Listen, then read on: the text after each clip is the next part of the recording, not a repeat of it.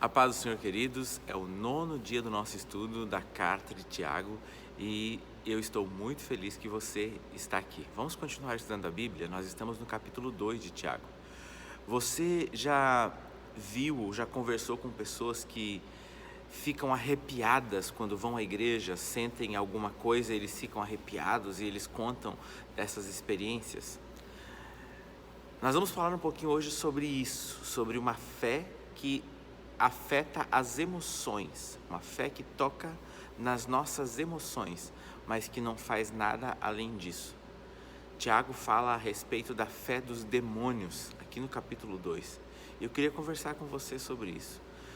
Nós estamos usando uma divisão, para estudar esse capítulo que o pastor Hernandes Dias Lopes faz em seu comentário bíblico, e ele divide esse capítulo em 4 partes.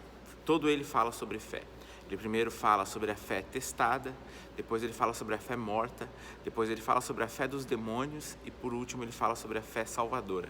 Tudo isso está nesse capítulo 2. Nós já falamos sobre a fé testada, que o teste da fé, a evidência da fé verdadeira, genuína, está no modo com que nós nos relacionamos com os nossos irmãos, principalmente os menos abastados, demonstrando misericórdia a quem não merece misericórdia ou a quem aparentemente não é digno de misericórdia.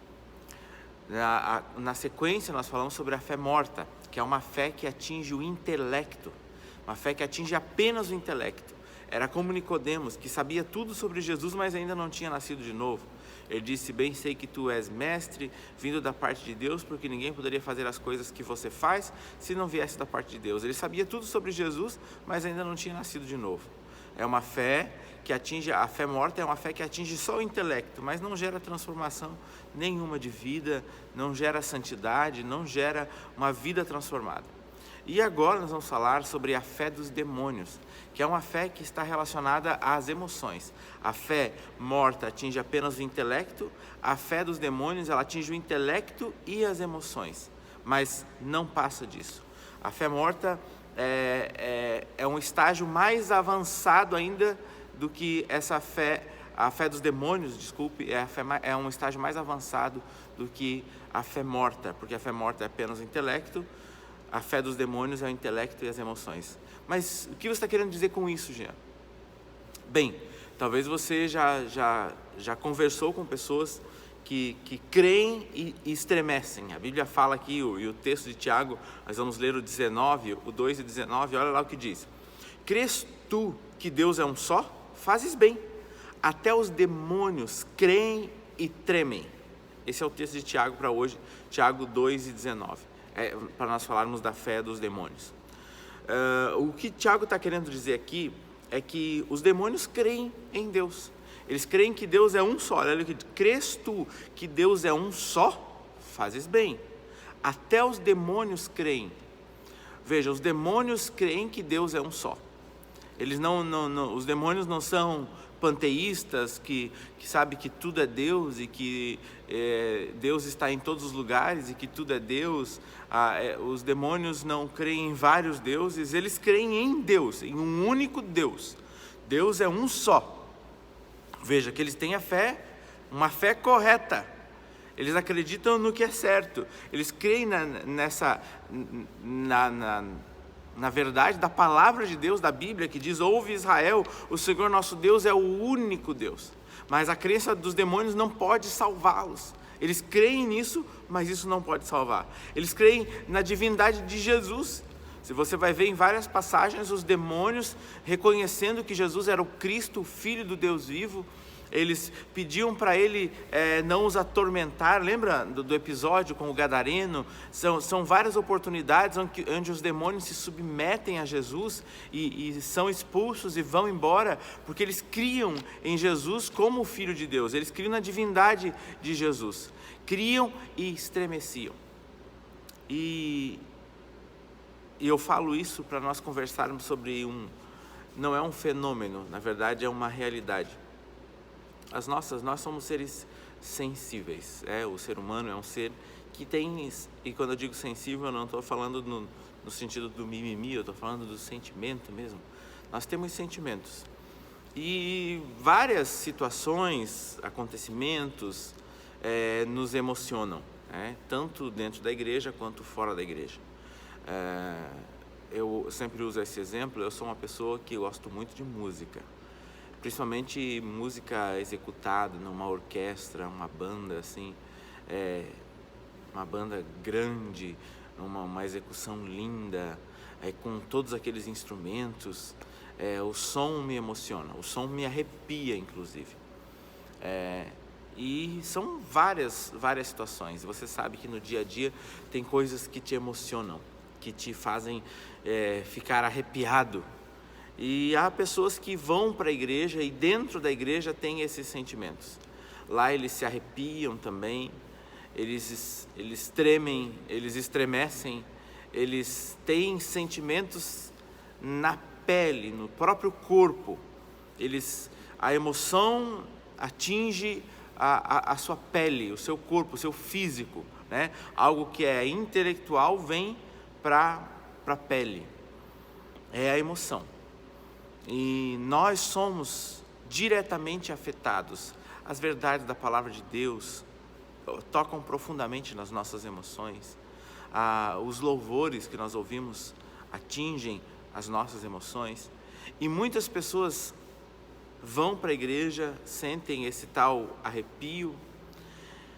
E para eles esse arrepio é uma manifestação divina. Foi Deus quem fez aquilo, quem fez ele se arrepiar.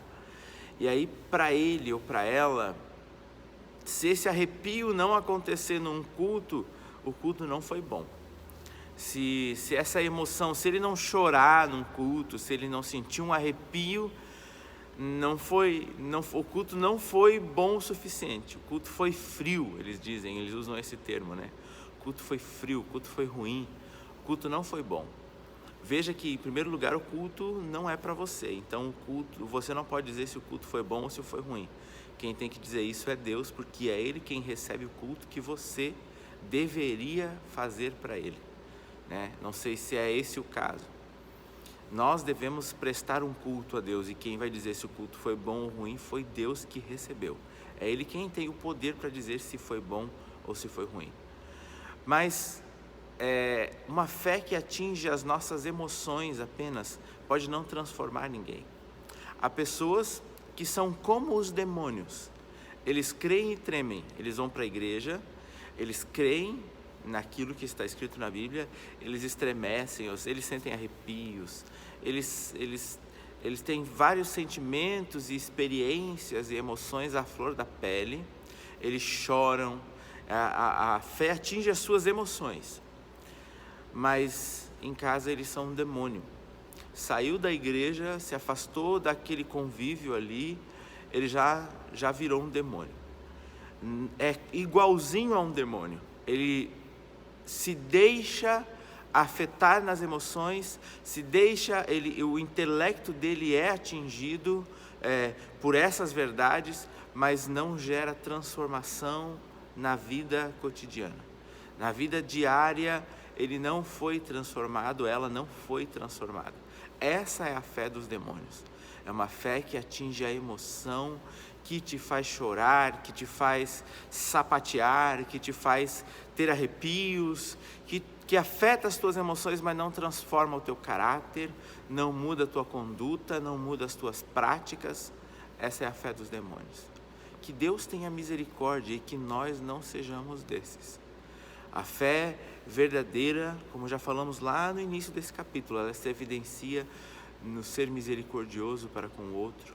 Nós falamos ontem que a fé verdadeira se evidencia no trato com o irmão, no sentido de ter obras, de praticar boas obras, de cuidar do necessitado, de ter atitudes como as de Cristo, né? A fé se manifesta em obras. Eu não posso só dizer que tenho fé e não fazer nada.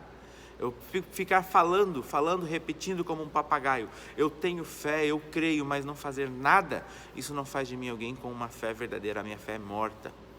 Eu posso também ter a fé dos demônios, que é essa que nós vimos agora. Ela atinge o meu intelecto e eu sei, eu entendo, eu creio, mas eu não faço nada também. Eu só me arrepio. Ela só atinge as minhas emoções. Nós vamos falar amanhã sobre a fé salvadora, a verdadeira fé, que você seja daqueles, que nós sejamos daqueles que têm a fé salvadora.